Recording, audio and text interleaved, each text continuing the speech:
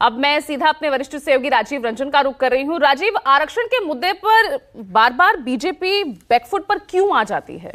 हालांकि एक तरफा कुछ भी कहने से लगातार हम देखते हैं जब भी आरक्षण का मुद्दा उठता है, नौकरी का मुद्दा उठता है, नौकरी में आरक्षण का मुद्दा, तो यहां एक तरफ झुकने से सरकार, चाहे केंद्र हो या राज्य सरकार हो बीजेपी शासित, हमेशा एक तरफ जाने से बचती नजर आती है। लेकिन अब यहां इलाहाबाद हाईकोर्ट के इस फैसले ने एक बार फिर कड़े सवाल यहां पर खड़े कर दिए हैं।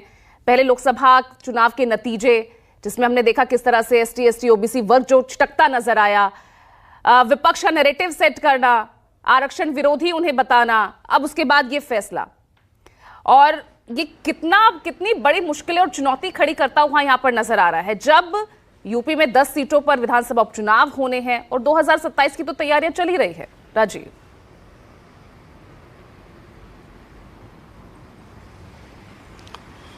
देखिए पूजा, थोड़ा वक्त दीजिएगा। ये मसला बड़ा संवेदनशील है, बड़ा गंभीर है, और ये बहुत उत्तर प्रदेश का जो देश का सबसे बड़ा सूबा है उसके बेरोजगारों से जुड़ा है और सियासत से भी जुड़ा हुआ है। मैं कोशिश करूंगा, वैसे तो उत्तर प्रदेश के जो बेसिक शिक्षा विभाग के अधिकारी हैं वो उनकी कारस्तानियाँ और उनकी पेचीदगियाँ ऐसी हैं कि अगर आम आदमी उसको जानने की कोशिश करेगा तो वो चक्कर खा के गिर जाएगा, उसके समझ में नहीं आएगा।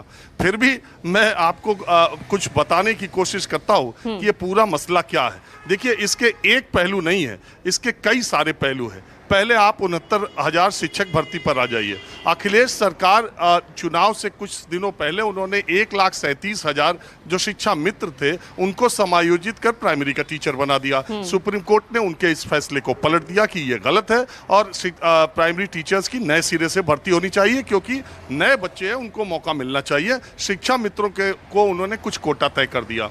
उसके बाद सरकार बदल गई, योगी सरकार सुप्रीम कोर्ट में गई, उसने कहा कि एक बार में इतनी भर्ती नहीं हो सकती, तो उन्होंने कहा चलिए 2 बार में भर्ती कीजिए। तो 68,000 की एक भर्ती हुई, वो हो गई। अब 69,000 की भर्ती दूसरी भर्ती होनी थी। इसकी लिखित परीक्षा 6 जनवरी 2019 को हुई। तो बेरोजगार या पढ़े लिखे या जो लोग आपका कार्यक्रम देख रहे हैं, मैं पूरा मैं बताने की समग्रता में कोशिश करता हूं।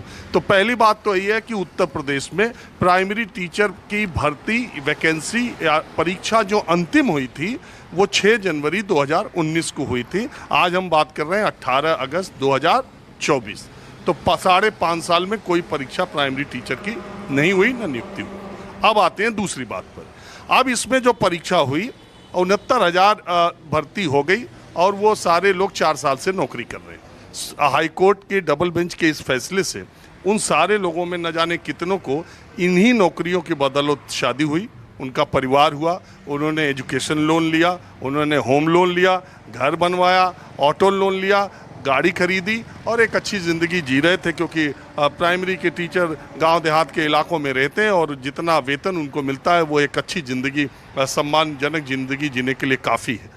हाईकोर्ट ने अपने फैसले में ये तो कह दिया कि जो लोग बाहर इससे निकाले जाएंगे उनको अभी मत निकालिएगा, मार्च तक इस सत्र तक रखिएगा। अब बताइए उन हज़ारों लोगों पर क्या गुजरेगी जो 4 साल की नौकरी के बाद हटा दिए जाएंगे। अब तीसरा पक्ष इसका ये, पहला तो ये कि तब से कोई परीक्षा नहीं हुई, दूसरा जो निकाले जाएंगे वो, तीसरा इन अधिकारियों ने और ये क्या नीतियाँ बनी और कैसे इस पर आरक्षण का मामला देखिए। अगर सीधे और साफ शब्दों में ईडब्ल्यूएस को हटा देते हैं, क्योंकि तब तक वो नहीं आया था, तो अगर आप 100 सीट है तो आप पूछ सकती हैं कि ओबीसी को मिनिमम कितनी मिलनी चाहिए। तो ओबीसी को मिनिमम 27% उसको आरक्षण, यानी 100 में 27 सीट ओबीसी को मिनिमम मिलनी चाहिए। तो मैक्सिमम कितनी चाहिए? मैक्सिमम उसे 77.5% मिल सकती है। क्यों? क्योंकि वो 22.5% जो एससी और एसटी का रिजर्वेशन है उसको छोड़कर ओबीसी के लिए पूरा मैदान 77.5% का खाली है। इसी तरह एससी को 15%, एसटी को 7.5%। एक एससी कैंडिडेट को कहाँ तक वो पा सकता है? तो वो 27% को हटाकर यानी 73% पर एससी कैंडिडेट कभी भी नियुक्ति। क्यों? क्योंकि ओवरलैपिंग यानी सामान्य वर्ग में अगर आरक्षित वर्ग का व्यक्ति जाता है तो उसे सामान्य माना जाता है और आरक्षण में रहता है तो उसको आरक्षित वर्ग। यही पेंच फंसा इस 69,000 के शिक्षक भर्ती में। सीधे तौर पर अगर आप देखेंगी तो अगर जो लोग आंदोलन कर रहे थे, और ये सबसे बड़ा चलने वाला आंदोलन है कि आरक्षण की विसंगतियां, उनका ये कहना था कि 69,000 में 27% जो सीटें आती हैं वो 18,000 से कुछ आती है, और हमारी नियुक्तियां उस हिसाब से नहीं हुई, हमें आरक्षण का फायदा नहीं मिला, एससी को भी आरक्षण का फायदा इसमें नहीं मिला। सरकार का ये कहना था, और उस वक्त के मंत्री का बयान मुझे याद है, उन्होंने ये कहा था कि 69,000 में 31,000 ओबीसी है। उन्होंने बताया कि सीटें तो इतनी होनी चाहिए, लेकिन ओबीसी वर्ग की 31,000 से ज़्यादा सीटें हैं। तो उनके उसी तरह से एससी का भी उन्होंने बताया कि जितनी सीट आती है उससे ज़्यादा चयनित हुए हैं। तो एक बारगी तो आपको लगेगा कि ओबीसी वर्ग के लोग तो इतना सेलेक्ट हो गए, फिर उनका विरोध किस बात का है। लेकिन बात यह है कि इस सरकार ने शुरू से ही ये नहीं बताया कि 69,000 जो शिक्षक भर्ती हुई उसमें ओवरलैपिंग ओबीसी और एससी के कितने कैंडिडेट ने किया।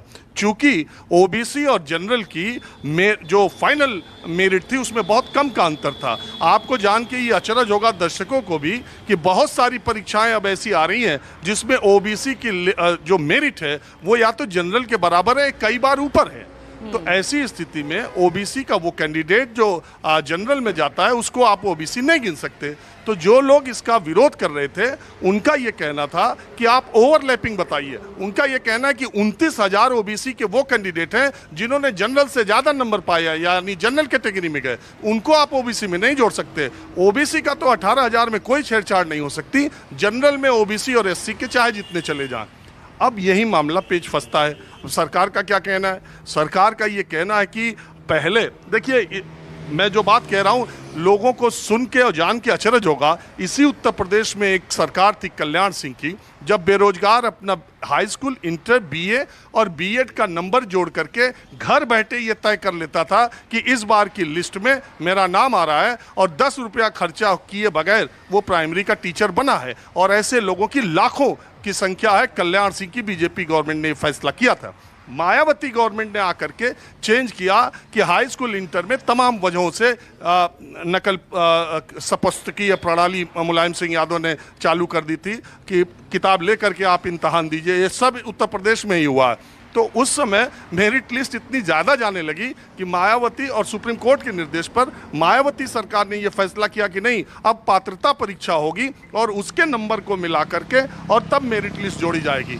जो लोग इसकी बारीकियों को नहीं जानते उनको मैं बता दूं, वर्तमान जो व्यवस्था है उसमें 100 नंबर में 10% हाई स्कूल का, 10% 12th का, 10% ग्रेजुएशन का, 10% बीटीसी का, 40% ये और 60% एग्जाम का नंबर जोड़ करके फाइनल मेरिट लिस्ट बनती है। सरकार की तरफ से ये कहना है और आरक्षण की बात पे कि अगर आप सीटेट जो पात्रता परीक्षा है और सुपर टेट दूसरी परीक्षा है जो प्राइमरी के टीचर के लिए होती है, अगर आपने किसी एक परीक्षा में आरक्षण का फायदा उठा लिया है तो फाइनल लिस्ट में आपको आरक्षण का फायदा नहीं मिलेगा, क्योंकि कहा यह गया है कि आरक्षण आप एक ही बार ले सकते हैं और पोस्ट 69,000 है। तो जब तक 69,000 में आपको पूरा आरक्षण न मिले, सीटों में न मिले, तो बाकी आरक्षण का क्या मतलब है? तो ये सारी इतनी पेचीदगी। फिर अगर आप उस वक्त के शिक्षा मंत्री की बात सुनेंगी तो उन्होंने कहा जिलावार, फिर डिस्ट्रिक्ट वाइज भी रिजर्वेशन होता। अगर डिस्ट्रिक्ट में 100 सीटें हैं तो वहाँ 27%, तो वहाँ हमने पूरा कर दिया। कुल मिला जुला के राष्ट्रीय पिछड़ा आयोग ने भी अपनी रिपोर्ट दी थी कि ये 69,000 की शिक्षक भर्ती जो है वो आरक्षण के नियमों का पालन नहीं किया गया। अब योगी सरकार अगर सुप्रीम कोर्ट जाती है इस फैसले के खिलाफ या क्या रास्ता निकालती है, आज बैठक है। ये तो तकनीकी पक्ष हो गया।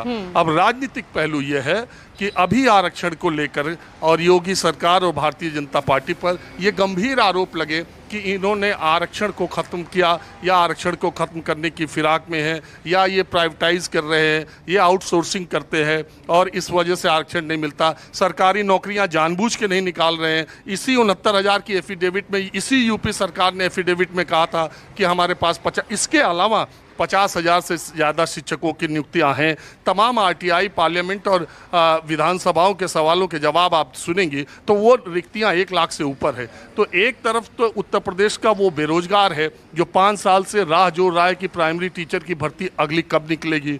दूसरी तरफ वो लोग हैं जो 69,000 में सेलेक्ट हुए हैं और उनके बेरोजगार होने पर तलवार लटक रही है। तीसरी तरफ वो है कि इसमें आरक्षण का नियमों का फ़ायदा नहीं किया गया, पालन नहीं किया। चौथी तरफ सियासत है जो ये दिखाने दबाने की कोशिश कर रही है, जो इस पर चर्चा कर रही है कि ये और कुछ नहीं है, बीजेपी और योगी सरकार आरक्षण के खिलाफ है। और ये देखिए विडंबना देश में कि रेप और मर्डर हो रहा है पश्चिम बंगाल में एक डॉक्टर का, और वहीं के मुख्यमंत्री अपने सारे मंत्रियों के साथ मार्च पास्ट कर रही हैं। और दूसरी तरफ यही सरकार के खिलाफ, सरकार की नीति के खिलाफ, सरकार के फैसले के खिलाफ हाईकोर्ट ने फैसला दिया, और यही योगी सरकार के डिप्टी सीएम और उनके तमाम मंत्री और उनके तमाम सहयोगी फैसले का स्वागत कर रहे हैं। यही देखिए किस तरह की सियासत है। बिल्कुल, वाकई से विडंबना ही कहेंगे।